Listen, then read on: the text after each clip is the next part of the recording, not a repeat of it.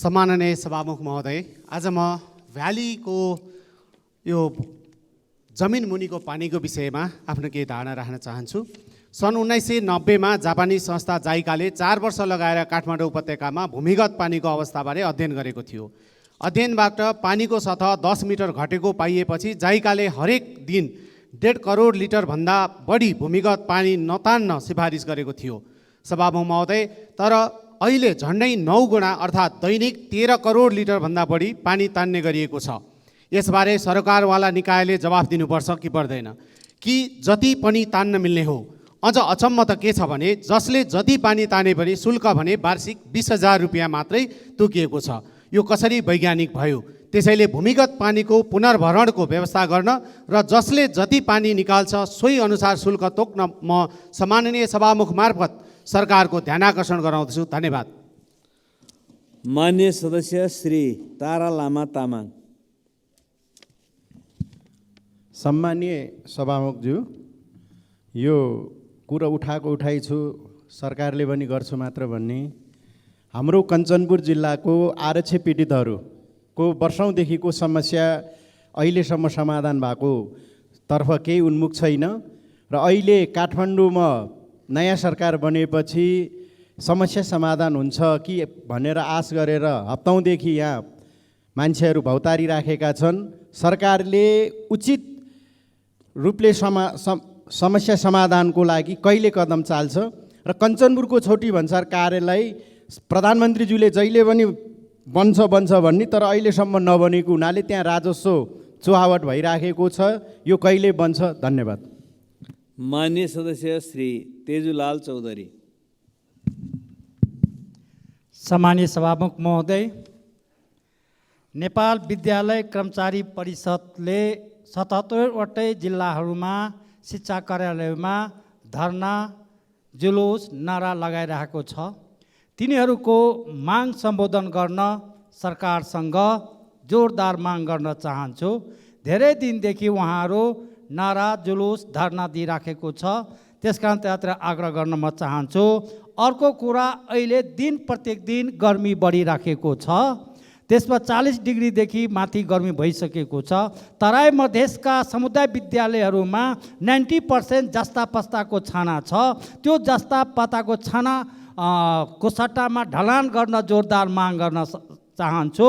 साथै त्यो जस्ता पत्ता व्यवस्था रहन्जेलसम्म फ्यान र बत्तीको व्यवस्था गर्न आग्रह गर्न चाहन्छु। धन्यवाद। मान्य सदस्य श्री दामोदर पौड्याल बैरागी।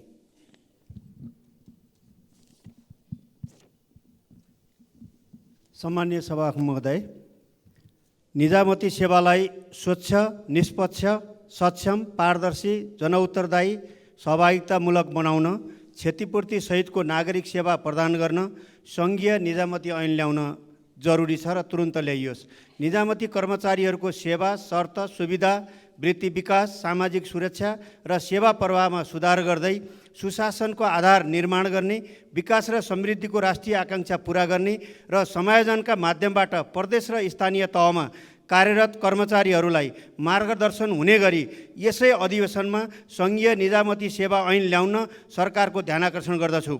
ऐन ल्याउँदा निजामती क्षेत्रका आधिकारिक, ट्रेड युनियन र सम्बन्धित सङ्गठनहरूले दिएका महत्त्वपूर्ण सुझावहरूलाई पनि ध्यान दिन हार्दिक अनुरोध गर्दछु। त्यसै गरी शिक्षा क्षेत्रमा एकपटक भर्ना गरे पुग्नेमा पटक पटक वर्षै पछि सेमेस्टर स्तरीय भर्ना गर्ने स्थिति अन्त्य गरियोस्।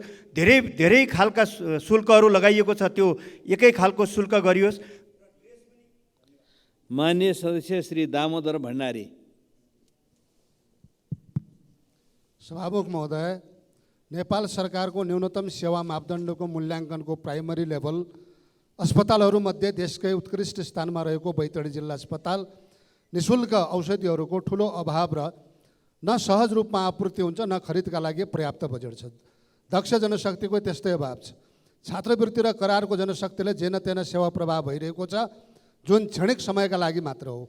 ब्लड ब्याङ्क सञ्चालनका लागि अत्यावश्यक इक्विपमेन्ट्स र न्यूनतम आवश्यक जनशक्तिको अभाव भइरहेको हुँदा सञ्चालनमा कठिनाइ भइरहेको छ। देशकै उत्कृष्ट अस्पतालको अवस्था त यो छ भने अरू सरकारी अस्पतालको स्थिति के होला सहजै अनुमान गर्न सकिन्छ। त्यसैले जनशक्तिको अभाव हुन नदिन स्थायी रूपमा लोकसेवा आयोगको माध्यमबाट पदपूर्ति गरियोस्। औषधि लगायत अन्य अत्यावश्यक डकुमेन्ट्सको सहज आपूर्ति र व्यवस्थापनको लागि म विशेष आग्रह गर्न चाहन्छु। साथै देशभर विद्यालयमा कार्यरत विद्यालय कर्मचारी आन्दोलित भइरहेका छन्। विगत लामो समयदेखि न्यूनतम तलबमा काम गरिरहेका छन्। सरकारले प्रस्तुत गरेको नीति कार्यक्रममा सुविधालाई मान्य सदस्य श्री दीपक खड्का। सम्मान्य सभामुख महोदय, सङ्खुवासभा जिल्लामा रहेका कुलुङ जातिहरू लगभग 22वटा जिल्लामा रहेका झन्डै 1.5 लाख जनजाति भएको समुदाय यो 2058 सालको सूचीमा चाहिँ आदिवासी जनजातिको सूचीमा सूचीकृत भएन। त्यस पश्चात डाक्टर ओम गुरुङको पालामा यो जाति चाहिँ आदिवासी जनजाति हो भनेर सूचीकृत गर्नलाई अनुरोध गरिएको थियो। त्यो पनि व्यवस्था गरेर यो जातिमाथि, कुलुङ जाति र मेवाङ जातिमाथि अन्याय भएको छ र आदिवासी जनजातिमा चाहिँ सूचीकृत गरियोस् भनेर म आग्रह गर्न चाहन्छु, ध्यान आकर्षण गर्न चाहन्छु सरकारको। त्यस्तै गरेर कविता डोटेल र यो ललितपुर जिल्ला उपनगरपालिका 24 बस्ने कविता डोटेल र छोरा आयुष डोटेलको लेनदेन ज्योति राणा मगरसँग भएको र 2 तहको अदालतले फैसला गरिसकेको लेनदेनको कुरा। मान्य सदस्य श्री दीपक गिरी।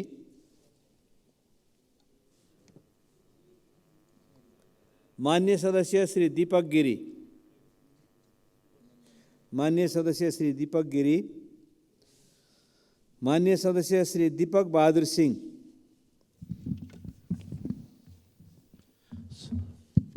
सम्मान्य सभामुख महोदय,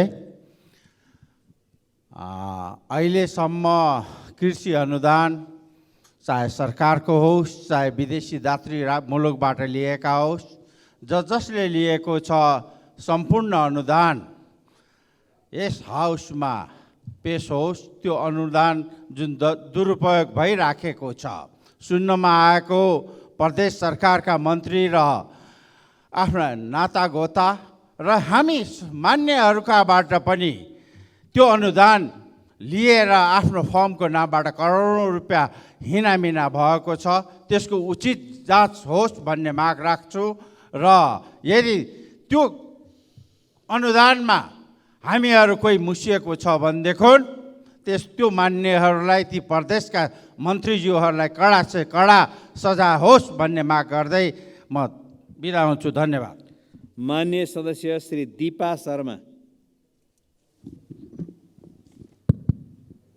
सम्माननीय सभामुख महोदय, म आज पश्चिम नेपालको एकदमै महत्त्वपूर्ण जो राज्यले देख्न नसकेको भर्खरै सुरुवात केही अगाडि बढ्न थालेको संस्थालाई खारेजी गर्न चाहिँ यो बजेटमा समावेश भएको छ।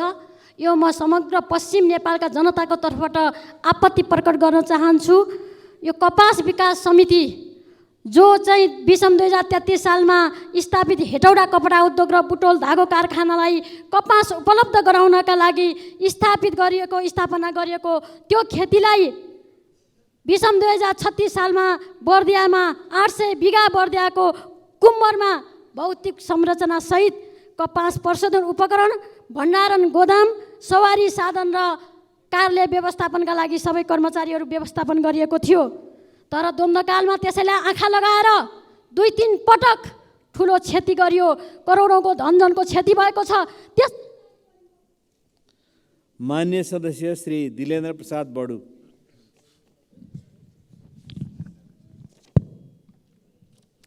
सम्माननीय सभामुख महोदय, केही महिना यता देशका झन्डै 35भन्दा बढी जिल्लाहरूमा गाई भैँसीहरूमा देखिएको लम्पी स्किन महामारीका कारण किसानहरू अत्यन्तै चिन्तित र आतंकित बनेका छन्। जिल्ला पशु कार्यालय दार्चुलाबाट प्राप्त तथ्याङ्क अनुसार वैशाख मसान्तको सम्म दार्चुला जिल्लामा मात्रै 1000 चौपाया पशुहरू प्रभावित भएका छन्। 50वटा भैँसी र 90वटा गाई गोरुहरूको मृत्यु भइसकेको छ र अहिले आएर यो सङ्ख्या बढ्दो क्रममा छ। जिल्लामा रहेको सीमित औषधि र प्रदेशहरूबाट प्राप्त औषधि समेत अपुग भएर यो रोग नियन्त्रण बाहिर जाने अवस्था छ। तसर्थ सभामुख महोदय, यस महामारीको प्रभावकारी रोकथाम र नियन्त्रणका निमित्त सङ्घीय सरकारले गम्भीरतापूर्वक यथाशीघ्र पहल गरोस्, म यो माग गर्दछु। हस्, धन्यवाद। मान्य सदस्य श्री दुर्गा राई। सम्माननीय सभामुख महोदय, मैले नयाँ कुरा आज राख्ने छुइनँ। गत चैतको 19 गते मैले यो विषयमा विस्तृत रूपमा राखेको छु। किराँतीहरूले मृत्यु पछाडि जमिनमा समाधि गरिन्छ, तर हामीले मृगस्थलीमा, पशुपतिको मृगस्थलीमा समाधि गर्दै आएकोमा त्यो निस्तेज गरिसकेपछि 2055 सालमा नेपाल सरकार र 4 किराँतजन्य संस्थाहरू बिचमा सहमति भएको थियो। 6 महिनाभित्रमा वैकल्पिक व्यवस्था गरिने, त्यतिन्जेलसम्म त्यहीँ समाधि गर्न दिने भन्ने थियो। आज 25 वर्ष भयो, कतिवटा सरकार फेरिए। किराँतीहरूप्रतिको यो गैर जिम्मेवार सरकारहरूप्रति खेद प्रकट गर्दै तुरन्तै 25 वर्ष अगाडिको सहमतिलाई कार्यान्वयन गरी किराँतीहरूलाई उपत्यकामा जन्म नदिने तर मृत्यु हुन नदिने पीडाको अन्त्य गरियोस् भनी सभामुख मार्फत सरकारको ध्यान आकर्षण गर्न चाहन्छु। धन्यवाद। मान्य सदस्य श्री देवप्रसाद तिमल सेना। सम्मानीय सभामुख महोदय, रौतहट जिल्लाको अत्यन्त ठुलो भूभाग, त्यहाँ चाहिँ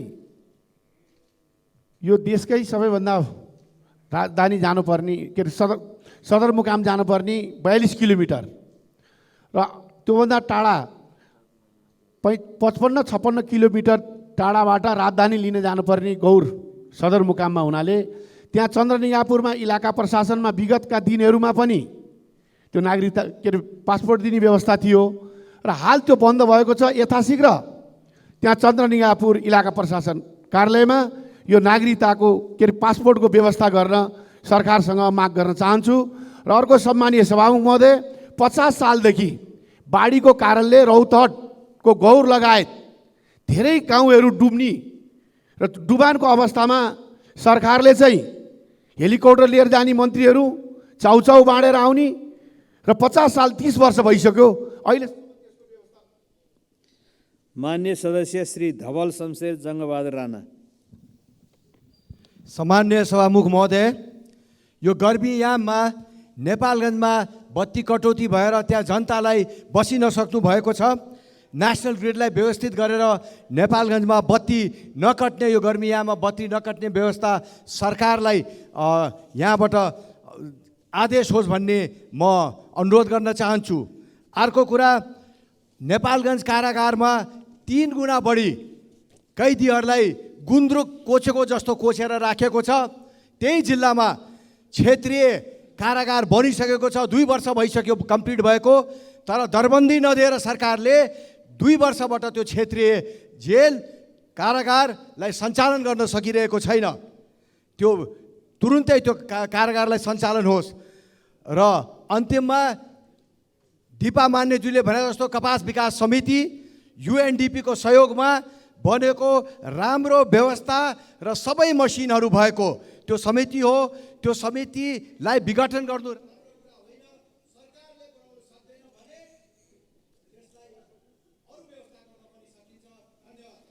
माननीय सदस्य श्री ध्रुवबहादुर प्रधान।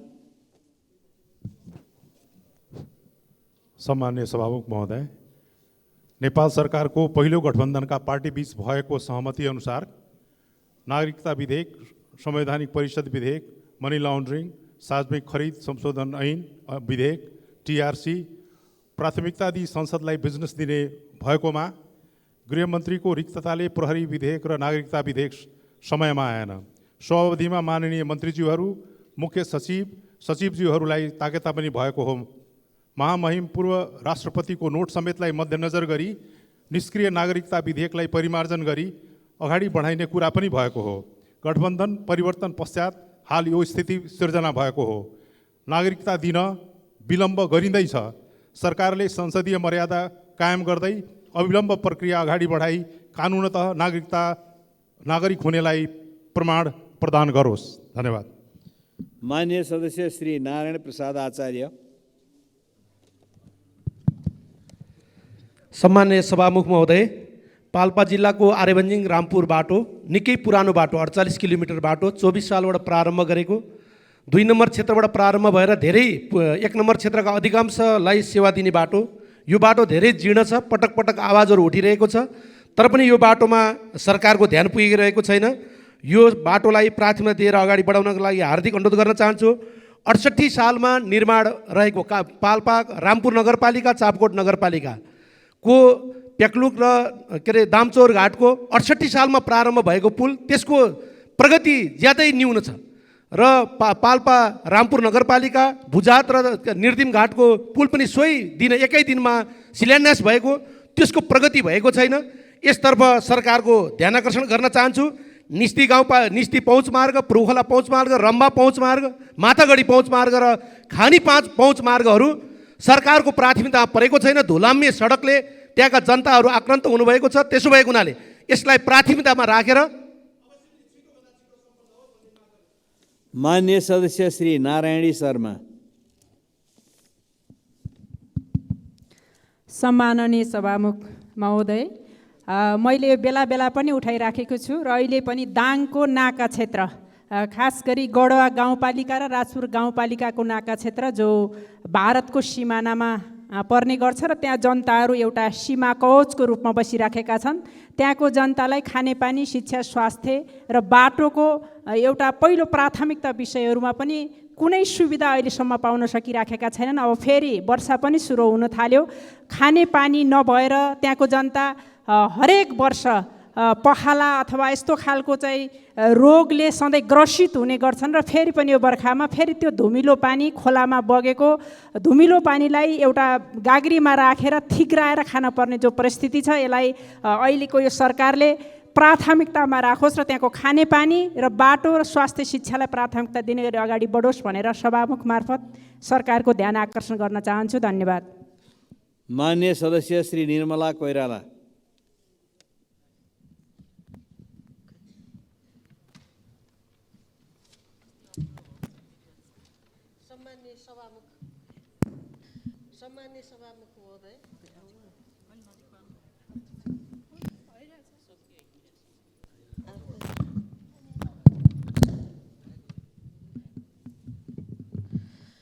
सम्मान्य सभामुख महोदय, अहिले मध्य तराईका मधेसका जिल्लाहरू गर्मीले अत्यन्त कष्टकर जीवनयापन गरिरहेछन्।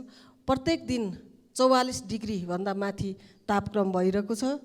यस्तो अवस्थामा विद्युत आपूर्ति सहज छैन, छिनछिनमा लोड सेडिङ हुने, छिनछिनमा बत्ती जाने। अर्को कुरा, त्यहाँका जनताहरूलाई अहिले तातो हावा, गर्मीको कारणले गर्दाखेरि लूको सम्भावना, लू लाग्ने सम्भावनाहरू बढी छ। यस्ता खालका रोगहरू छन्। हिँड्दा हिँड्दै मान्छेहरू बेहोस भएर बाटैमा ढलिरहेका छन्। घरि बिपी बढ्छ, घरि घट्छ, त्यस्तो खालको परिस्थितिको त्यहाँ अवस्था छ। र नारायणी एउटा हस्पिटल छ, सरकारी हस्पिटल, त्यहाँ औषधि उपचार गर्न जाँदाखेरि त्यहाँ पानीको व्यवस्था छैन। पानीको सतह सुकेको छ, कलहरू सबै सुकेका छन्, त्यहाँ पानी खान पाउने स्थिति छैन। बत्ती गइरहेको छ, बिमारीको अवस्थामा पनि गर्मीमा छटपटाएर बस्नुपर्ने अवस्था छ। त्यो अवस्थाको मान्य सदस्य श्री निशा डाँगी। सम्माननीय सभामुख महोदय, बागमती र अन्य नदीको नाममा अझै कति वर्ष राजनीति अनि पैसा बगाउने काम हुन्छ हाम्रो देशमा। बागमती लगायत अन्य नदीहरू सहरको दुर्दशा मात्र होइन, काठमाडौँ उपत्यकाको साझा अनुहार हो। अझ म त भन्छु, यसले नेपाली राजनीतिकै अनुहार चित्रण गर्छ, जसलाई सङ्लो बनाउन निकै कठिन छ इमान्दारिता नभएर। सभामुख महोदय, पशुपति क्षेत्र लगायत बागमती नदीको दुर्दशा बदल्ने भनेर हालसम्म झन्डै 22 अर्ब पैसा बागमतीमा बगिसकेको छ। आश्चर्यको कुरा त, एकातिर नदी सरसफाइ गर्ने भनेर वर्षेनी 2 अर्ब भन्दा बढी खर्च गरिन्छ, तर खोला नाला जस्ताको तस्तै देख्छु म। खानेपानी ऐनले मलमूत्र खोलामा मिसाए 3 महिनादेखि 1 वर्षसम्म कैद र 5 लाखसम्मको जरिवानाको व्यवस्था गरेको छ। सभामुख महोदय, यो दण्ड जरिवानाको भागीदार को हो? ढल व्यवस्थापनको जिम्मा लिएका स्थानीय तह, अधिकार सम्पन्न बागमती सभ्यता एकीकृत विकास समिति कि स्वयं स्थानीय? गुहेश्वरी, सल्लाघारी, सुन्दरी घाट खोकनामा बनाउने मान्य सदस्य श्री प्रतीक्षा तिवारी। सम्माननीय सभामुख महोदय, सम्बन्धित पालिकाका जनताको कर जनताकै विकास गर्ने उद्देश्यले अधिकार सम्पन्न बागमती सभ्यता विकास एकीकृत विकास समितिको नाममा उपत्यकाका 18 नगरपालिकाबाट जग्गा पास गर्दा मालपोत कार्यालयमा 0.5% राजस्व रकम बागमती सभ्यताको नाममा उठाउने गरेकोमा सो रकम 2075 सालपछि प्रदेश सरकारमा गएकोले हालसम्म 7 अरबभन्दा बढी रकम उठेको, तर यस समितिले नपाएर बागमती सफाई, ढल निर्माण, कोरिडोर खोल्ने, सौन्दर्यकरण गर्ने काममा अवरोध पुगी काम गर्न नपाएकोले सो 7 अरब रकम बिना शर्त यस समितिले बनाएको 20 वर्षे गुरु योजना अनुसार खर्च गर्ने गरी यस समितिमा प्राप्त गरिदिनु हुन सभामुखज्यू मार्फत नेपाल सरकार र बागमती प्रदेश सरकारको ध्यान आकर्षण गराउन चाहन्छु। धन्यवाद। मान्य सदस्य श्री प्रदीप पौडेल। सम्माननीय सभामुख महोदय, सामान्यतया मानिसलाई 26 डिग्री तापक्रम उपयुक्त हुन्छ, तर यति बेला देशभरि तापक्रम बढेको छ। तराईका जिल्लाहरूमा झन्डै 44 डिग्रीसम्म पुगेको अवस्था छ। तातो हावा, लु चल्न थालेको छ। यसले जनजीवन असाध्यै प्रभावित पारेको छ। विद्यालयहरू बन्द भएका छन्, पानीको मुहान सुकेको छ, खेतीबाली सुकेका छन्, धानको बिउ सुकेको स्थिति छ, पानीको सतह, जमिन मुनिको पानीको सतह घटेको छ। अशुद्ध पानीका कारण महामारी फैलिने जोखिम बढेको छ। दैनिक ज्यालादारी गरेर खानुपर्ने मजदुरहरूको समस्या असाध्यै दयनीय बनेको छ। त्यसैले अझै 1 हप्ताभन्दा बढी समय यस्तो हुने देखिन्छ। विश्वव्यापी रूपमा तापक्रम बढ्ने स्थिति आगामी वर्ष झन् बढेर जान्छ। त्यसैले यसको तात्कालीन र दीर्घकालीन समाधानका निम्ति सरकारले के गरिरहेको छ हामी जान्न चाहन्छौँ। हिजोका दिनमा पनि अनेकौँ प्राकृतिक समस्यासँग जुझ्न र तिनबाट बच्न उपयुक्त उपाय खोज्न हामीले कहिल्यै ध्यान दिन सकेको देखिँदैन। त्यसैले यस्तो अवस्थामा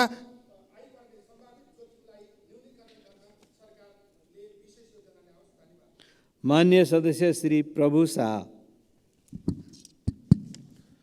सभामुखज्यू, तराई मधेसमा घोडगधाको बिगबिगी छ। हजारौँको सङ्ख्यामा रहेको घोडगधाले दैनिक बिघाका बिघा बाली नष्ट गरिरहेको छ। खास गरेर नदी किनारका किसानहरू बर्बाद भइरहेको छ। म सरकारसँग जान्न चाहन्छु, किसानको पीडा पीडा हो कि होइन? यदि किसानको पीडा पीडा हो भने ती जनावरलाई नियन्त्रण गर्न नसकिने हो र? यदि त्यो जङ्गली जनावर हो भने त्यसलाई नियन्त्रण गर्न म माग गर्दछु र कानुनअनुसार क्षतिपूर्तिको व्यवस्था गर्न पनि माग गर्छु। हामी हेरिरहेछौँ जङ्गली जनावरहरू, बँदेलहरू, बाँदरहरू, हात्तीहरू र यस्ता घोडगधा जसलाई नीलगाई भन्छ, यिनीहरूले किसानलाई बर्बाद गरिरहेको छ र कानुनमा प्रष्ट छ। कुनै किसानको क्षतिपूर्ति गरेमा त्यो किसानको क्षतिपूर्ति पाउँछ। यदि कानुनमा छ भने त सम्बन्धित निकाय किन त्यसले पुरा गर्न सकिरहेको छैन? सभामुख मार्फत निर्देशनको म अपिल गर्दछु कि कानुनमा भएको सुविधा किसानले पाओस्, अन्यथा ती कार्यालयहरू त्यहाँ राख्न दिने र किसानले टुलटुलु हेर्ने र हामीले यस्तो अनर्थलाई अत्याचार। मान्य सदस्य श्री प्रभु हजारा दुसाद। सामान्य सभामुख महोदय, म सिङ्गो मधेसका दलित जनताहरूको लागि र 50 लाख दलित जनताको लागि वास्तवमा अहिले नागरिकताको कुरो उठिरहेको छ र नेपालमा भन्ने हो भने दलितहरू नै अहिलेसम्म नागरिकताबाट वञ्चित रहेका छन्।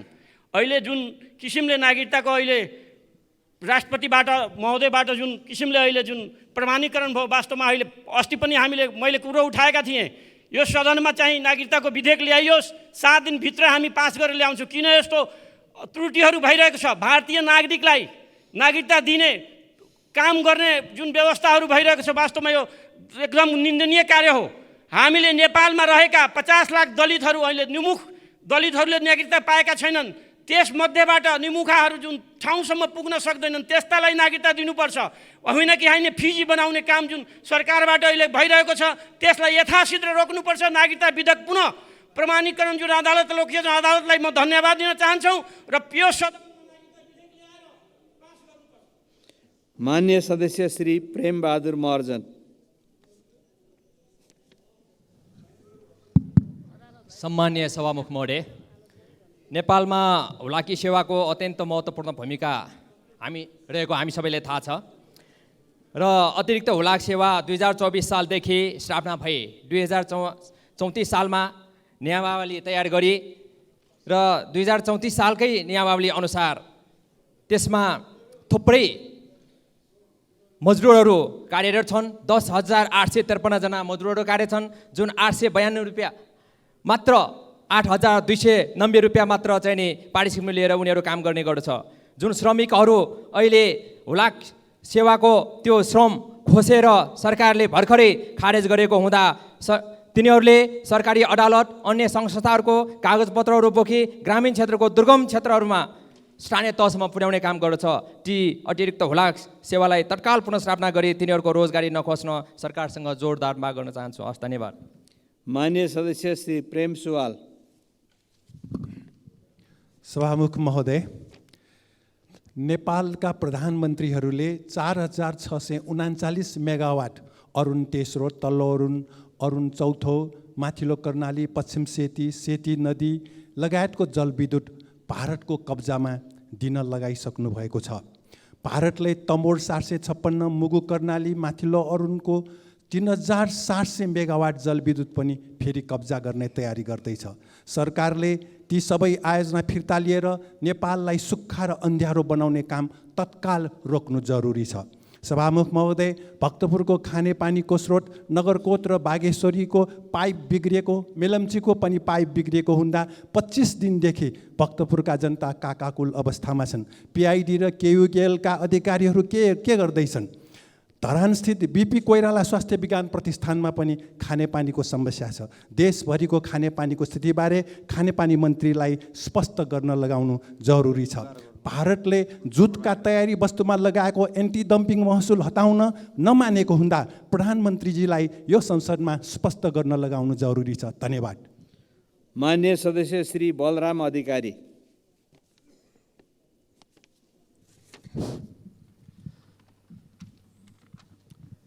सभामुख महोदय, बजेटको बुँदा नम्बर 204 मा मद्रासा, गुरुकुल, गुम्बा जुन औपचारिक शिक्षामा प्रणालीमा आबद्ध भएका छैनन् तिनलाई औपचारिक शिक्षा प्रणालीमा समाहित गरिनेछ भनिएको छ। मनमोहन अधिकारीको पालामा उठान भएको यो विषय हालसम्म सम्पन्न भएको छैन। यसपटक पनि ठोस कार्यक्रम आएन। कहिलेसम्म गर्ने? केही मद्रासा विगतमा समायोजन पनि भएका छन्, तर त्यहाँ न दरबन्दी कायम गरिएको छ, न भौतिक संरचना तयार गर्न रकम छुट्याइएको छ। त्यहाँ पढाउने मूलविहरूलाई जो पढाइरहेका छन् तिनलाई प्रक्रिया पुर्याएर विषयगत योग्यता पुगेकालाई शिक्षक बन्न पाउने व्यवस्था मिलाउन पनि मैले अनुरोध गर्न चाहन्छु। सभामुख महोदय, भन्दा गुणस्तरीय शिक्षा कायम गर्ने भन्ने 52 सालदेखि दरबन्दी कायम गरिएको छैन। त्यसभन्दा पहिला पनि विद्यार्थी सङ्ख्याको आधारमा शिक्षक सङ्ख्या कमी थियो। प्रधानमन्त्रीज्यूले सदनमा बोल्दा 30,864 प्राथमिक विद्यालय बढाएर हाल 35,000, 10,000 मावि बढाएर 17,000। माननीय सदस्य श्री वसन्त कुमार नेम्बाङ। सभामुख महोदय, गाई बस्तुमा लाग्ने लम्पी रोग अहिले फैलिँदै एउटा महामारीको रूपमा देशभरि फैलिसकेको छ। 71 जिल्लाका 500 गाउँपालिकाहरूमा यो रोग फैलिसकेको छ। पाँचथर जिल्लामा 200 भन्दा बढी चौपाया मरिसकेका छन्। इलाम जिल्लामा 1300 भन्दा बढी मरिसकेका छन्। यसरी नै देशैभरि 10,000 भन्दा बढी गाई बस्तुहरू मरिसकेको अवस्था छ। एउटा गाईको 1 लाख रुपियाँ पर्छ, सरकार ध्यान दिँदैन। भर्खरै प्रधानमन्त्रीज्यूको भारत भ्रमणबाट नस्ल सुधारको लागि ल्याएको 15वटा मुर्रा राँगोको ठुलो चर्चा हुन्छ, त्यो ठुलो उपलब्धि ठानिन्छ, तर अरबौँको क्षति भएर हजारौँ किसानहरूलाई अहिले आघात पुग्दा यो सरकार ध्यान दिँदैन। त्यसो भएको हुनाले तत्काल त्यो महामारीलाई नियन्त्रण गर्नको निम्ति औषधि उपचारको ठोस व्यवस्था गरियोस्, यथार्थ डाटा संसदमा पेश गरियोस्। सरकार के गर्दैछ? धन्यवाद। माननीय सदस्य श्री बीना देवी। सामान्य सभामुख महोदयजी, रौतहट जिल्ला क्षेत्र नम्बर 4 मा रहेको चिनी मिल वर्षदेखि बन्द भएको अवस्था छ। त्यहाँको किसान र कर्मचारी धेरै मर्कामा परेको अवस्था छ। सामान्य सभामुख महोदय, अनि त्यो समस्याको त्यो सञ्चालन गर्नको लागि सभामुख मार्फत सरकारको ध्यान आकर्षण गराउन चाहन्छु। रौतहट जिल्लामा धेरै शिक्षा र स्वास्थ्य र शुद्ध खानेपानीको समस्या छ। त्यो समस्याको समाधान सभामुख मार्फत सरकारको ध्यान आकर्षण गराउन चाहन्छु। मध्य प्रदेशको जुन बजेट छुट्याउनु भएको छ त्योमा किन काखापाखा गर्नुभएछ, सामान्य सभामुख मार्फत सरकारको ध्यान आकर्षण गराउन चाहन्छु। हस्त, धन्यवाद। मान्य सदस्य श्री विनिता कठायत। सम्माननीय सभामुख महोदय, मलाई पोर्चुगलमा बस्ने थुप्रै नेपालीहरूबाट एउटा प्रश्न आएको छ। के हामीप्रति नेपाल सरकारको केही दायित्व छैन? हामी काम गरेर आफ्नो घर परिवारलाई पुग्ने गरी रेमिट्यान्स पठाउँछौँ। आफ्नो देशमा रोजगार नभएर हामी घरभन्दा धेरै टाढा आइपुग्यौँ। तर हामीलाई केही गाह्रो साह्रो पर्दा भने नेपाल सरकार कतै पनि छैन। हामी यहाँ 60,000 जति पुग्यौँ। हाम्रा लागि यहाँ दूतावास चाहियो। म सभामुख मार्फत परराष्ट्र मन्त्रालयको ध्यान आकर्षण गर्न चाहन्छु। पोर्चुगलमा रहेका नेपालीहरूको आवाज तपाईँसम्म पुगियोस्। धन्यवाद। मान्य सदस्य श्री दयाल बहादुर शाही। सभामुख महोदय, गत असोज 19 गतेदेखि 23 गतेसम्मको अविरल वर्षाले बाजुरा जिल्लाको जगन्नाथ गाउँपालिकाको वडा नम्बर 6 पालबारीका 26 घर परिवार घर भत्केर असुरक्षित रहेर अर्काको घरमा बसिरहेका छन्। सभामुख महोदय, त्यसरी नै मुक्तिकोट स्वामी कार्तिक गाउँपालिकाको मुक्तिकोटका 50 परिवार पनि घरबार विहीन छन्। तीमध्ये 25 परिवार अर्काको घरमा आश्रय लिएका छन् र राज्य नहुँदा पनि ती 25 छिमेकीले सङ्कटमा परेका आफ्ना छिमेकीहरूलाई जागा दिएर संयुक्त परिवार भएर बस्नु परेको छ। सरकारले अस्ति सुदूरपश्चिम कर्णाली र मधेसलाई हेर्ने। मान्य सदस्यहरू, शून्य समयमा बोल्ने क्रम यही समाप्त हुन्छ।